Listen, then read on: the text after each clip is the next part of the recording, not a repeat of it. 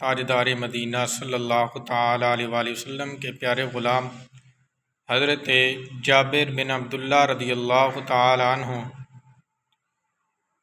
آپ ارشاد فرماتے ہیں کہ میں نے دیکھا کہ میرے آقا آمنہ کے لال سیدہ کائنات صلی اللہ تعالیٰ علیہ وسلم کے جسم پر پیٹ پر پتھر بندھے ہوئے ہیں۔ میں اپنے گھر آیا اور آ کر اپنی بیوی سے پوچھا کہ گھر میں کوئی کھانا ہے؟ تو میری بیوی کہتی ہے کہ اے جابر، ہماری بکری ہے اور اس کا ایک بچہ ہے اور کچھ گھر میں جو ہے۔ تو میں نے اپنی بیوی سے کہا کہ میں بکری کا بچہ ذبح کرتا ہوں۔ حضرت جابر بن عبداللہ رضی اللہ تعالیٰ عنہ آپ فرماتے کہ میں نے اپنی بیوی سے کہا کہ تو جو پیس کے آٹا بنا لے اور میں بکری کا بچہ ذبح کر کے گوشت بنا لیتا ہوں۔ میرے آقا تاجدار مدینہ صلی اللہ تعالیٰ علیہ وسلم کے اپنے گھر میں دعوت کرتے ہیں۔ آج ان کو اپنے گھر میں دعوت پر بلاتے ہیں۔ حضرت جابر بن عبداللہ رضی اللہ تعالیٰ عنہ بکری کے بچے کو پکڑا، زمین پر لٹایا، اسے ذبح کیا۔ آپ کے دو بچے چھوٹے چھوٹے ان کو دیکھ رہے تھے کہ جیسے میرے والد نے بکری کے بچے کو ذبح کیا ہے، ایسے ہی بڑا بھائی اپنے چھوٹے بھائی کو چھت پر لے گیا، لٹا کر گلے پر چھری پھیر دی، گلے کی نس کٹ گئی، گردن کٹ گئی، بچہ فوت ہو گیا۔ حضرت جابر رضی اللہ تعالیٰ نے بکری کا گوشت بنایا۔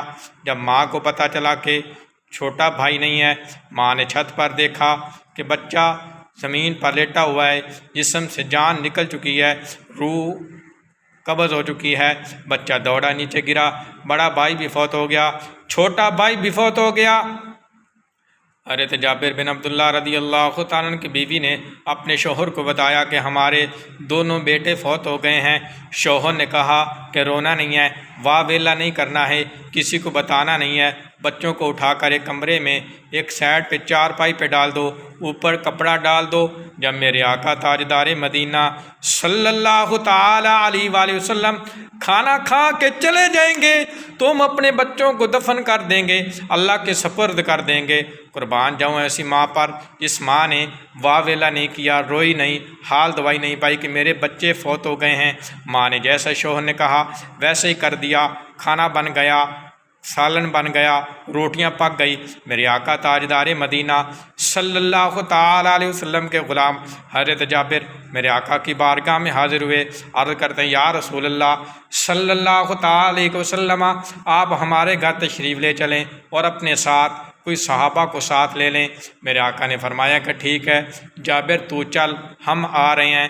میرے آقا تاجدار مدینہ صلی اللہ تعالیٰ علیہ وآلہ وسلم نے چند صحابہ کو ساتھ لیا، حضرت جابر کے گھر آئے، کھانے پر بیٹھ گئے، دسترخوان پر بیٹھ گئے، سامنے کھانا لگ گیا، کھانا تیار ہے، کھانے کے لیے سامنے کھانا حاضر کر دیا گیا ہے۔ میرے آقا تاجدار مدینہ صلی اللہ تعالیٰ علیہ وآلہ وسلم ارشاد فرماتے ہیں جابر تمہارے بیٹے کدھر ہیں، ان کو بھی ہمارے ساتھ بلا لو، وہ بھی ہمارے ساتھ بیٹھ کر کھانا کھائیں گے۔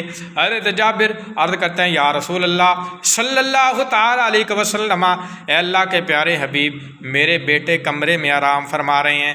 میرے آقا سمجھ گئے، میرے آقا کو پتہ چل گیا تھا، پتہ کیوں نہ چلتا کہ میرے آقا تو زمین پہ بیٹھ کے آسمانوں کی خبریں دیتے ہیں، زمین پہ بیٹھ کے جنت و دوزخ کے حال بیان کرتے ہیں، زمین پہ بیٹھ کے عرش معلیٰ کے حال بیان کرتے ہیں، زمین پر بیٹھ کے جنت کی خوشخبریاں سناتے ہیں، زمین پر بیٹھ کے دوزخ کے حال بیان فرماتے ہیں۔ میرے آقا نے فرمایا جابر پہلے اپنے بیٹوں کو لے کے آؤ، پھر ہم کھانا شروع کریں گے۔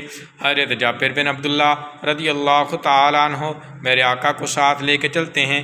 میرے آقا فرماتے ہیں جابر پریشان نہ ہو، آج تمہارے بیٹے ہمارے ساتھ بیٹھ کے کھانا کھائیں گے۔ حضرت جابر عرض کرتے ہیں یا رسول اللہ صلی اللہ تعالی علیہ وسلم، میرے بیٹے فوت ہو چکے ہیں، ان کے جسم سے روح نکل گئی ہے۔ میرے آقا نے فرمایا جابر میں تمہارے بیٹوں کو زندہ کروں گا۔ میرے آقا نے آواز دی، دونوں بچے اٹھ کے کھڑے ہو گئے۔ میرے آقا تاجدار مدینہ صلی اللہ تعالی علیہ وآلہ وسلم کے ساتھ بیٹھ کے کھانا کھایا۔ میرے آقا امام الانبیاء علیہ الصلاۃ والسلام نے دونوں بچوں کو زندہ کر دیا اور زندگی عطا فرما دی۔ یہ میرے آقا تاجدار مدینہ صلی اللہ تعالی علیہ وسلم کا معجزہ ہے۔ میرے آقا کا کوئی ایک معجزہ نہیں بلکہ انبیاء کرام علیہم الصلاۃ والسلام کو اللہ تعالیٰ نے معجزے عطا فرمائے، کسی کو 10، کسی کو 2، کسی کو 20 معجزے عطا فرمائے۔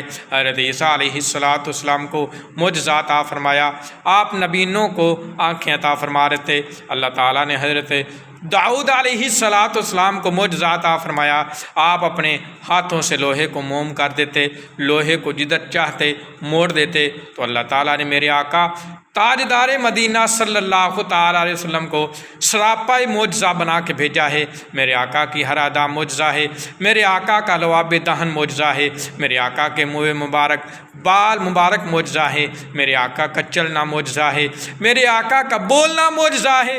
میرے آقا تاجدار مدینہ صلی اللہ تعالی علیہ وسلم کی ہر ادا معجزہ ہے۔ میرے آقا تو معجزہ بن کے تشریف لے آئے ہیں۔